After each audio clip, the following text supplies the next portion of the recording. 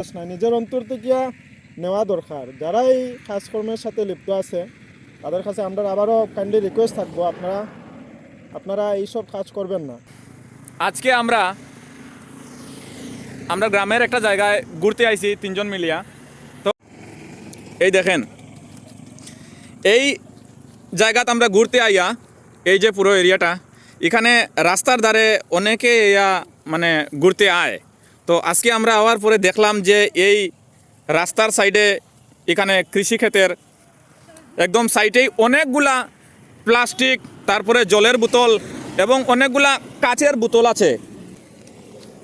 এই যে কাচের বোতল, এই বোতলগুলা যদি ভাঙে তাহলে কিন্তু আমরার যে কৃষকরা আছেন, এই যে জমিগুলা যেখানে ধান হইব, এই জমিনে আমাদের যে কৃষকরা আছেন তারা যখন ধান চাষ করবেন তখন কিন্তু এই বোতল দিয়া যদি উনি কোনো কারণে ওনার পাউটা যদি কাটে তাহলে কিন্তু তাইনের পুরা যে সিজনটা আছে, ক্ষেত করার যে পুরো সিজনটা আছে, ওই সিজনটাই কিন্তু নষ্ট হয়ে যাইব।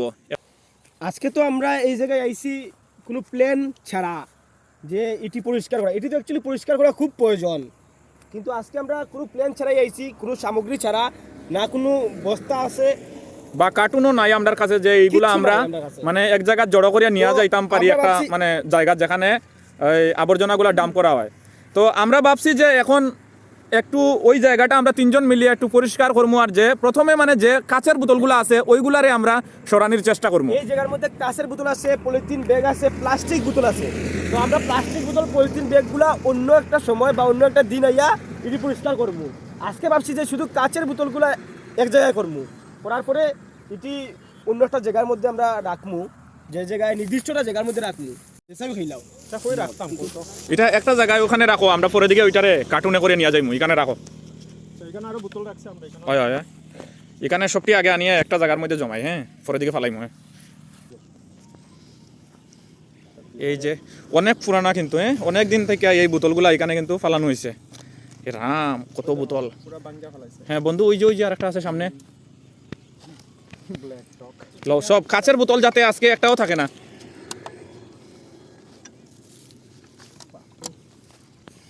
যাও এটি রাখি আও নিয়া দাও।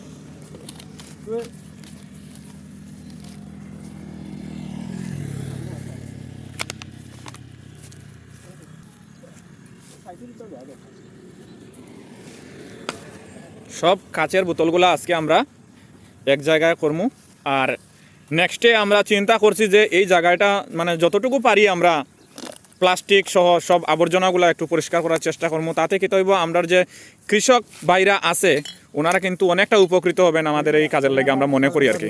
এখানে রাখো, পরে এখান থেকে সরাই দিম কত বোতল।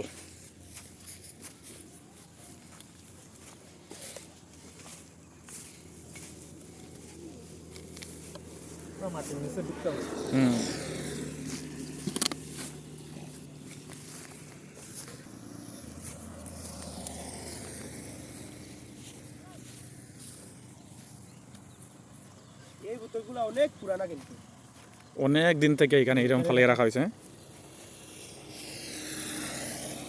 আমরা যারা এই বোতলগুলা ফালাইয়া যাই, অ্যাকচুয়ালি এটা কি এরকম ফালাইয়া যাওয়া ঠিক, এটা তো আমরা বুঝতে হইব না। আমরা সবাই শিক্ষিত, কিন্তু তারপরেও আমরা কিছু ব্যবহার করি যেই ব্যবহারগুলা থেকে আমরা আসলেই বুঝতে পারি না যে আমরা কতটুক শিক্ষিত।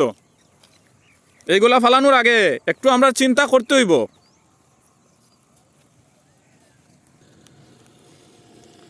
অনেকটি ওই জায়গাটা কাভার হয়ে গেছে না?